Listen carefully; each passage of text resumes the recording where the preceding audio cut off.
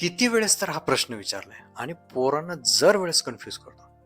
बघा कसं या केसमध्ये आपण काय करूया, मी अगोदर ना तुम्हाला एक कन्सेप्ट शिकवतो आणि नंतर एक शेवटी मस्तपैकी ट्रिक देतो. ठीक आहे. आता कन्सेप्टनुसार बघा, जर ए बी पेक्षा 20% कमी असेल, म्हणजे समजा बी माझ्याकडे आहे 100, म्हणजे ए किती येईल सर, तर 20% कमी आहे ना, तर ए येईल 80.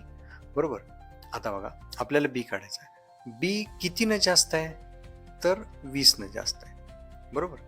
आता कोणापेक्षा जास्त आहे हे काढायचं सांगितलं तर ए पेक्षा जास्त. बरोबर. मग ए किती आहे माझ्याकडं, 80. बरोबर. म्हणजे हे मी लिहिलं 80 आणि उत्तर हे आपल्याला टक्क्यामध्ये काढायचं आहे, म्हणून मी 100नं गुणलो. बस झालं. याला सॉल्व्ह करा. 20 एक्क 20, 20 चोक 80, 4 एक्क 4, 4 दुने 8 आणि 4 पंचे 20, म्हणजे ऑप्शन नंबर सी. हे तर झाली कन्सेप्ट.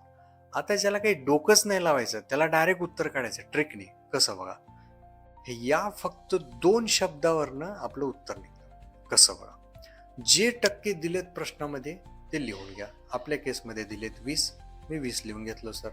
आता दुसरा शब्द जो आहे त्याच्याकडे लक्ष द्या, तो कमी लिहिलाय का जास्त लिहिलाय. जर कमी लिहिलाय तर त्याला 100 मधनं ते टक्के कमी करायचे.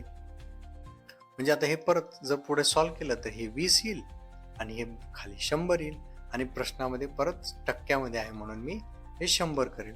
परत हे सेम इक्वेशन आलं जे अगोदर आपण सॉल्व्ह केलं होतं, म्हणजेच याचं उत्तर पण 25% येईल. आणि समजा प्रश्नामध्ये इथं जर जास्त दिलं तर काय करायचं, जे टक्के दिले ते लिहून घ्यायचे आणि खाली 100 मध्ये म्हणजे 20 ऍड करायचे. जर कमी असेल तर मायनस करायचे, जास्त असेल तर ऍड करायचे. पुढे सॉल्व्ह करायचं, तुमचा आन्सर येऊन जाईल. सोपं होतं का नाही?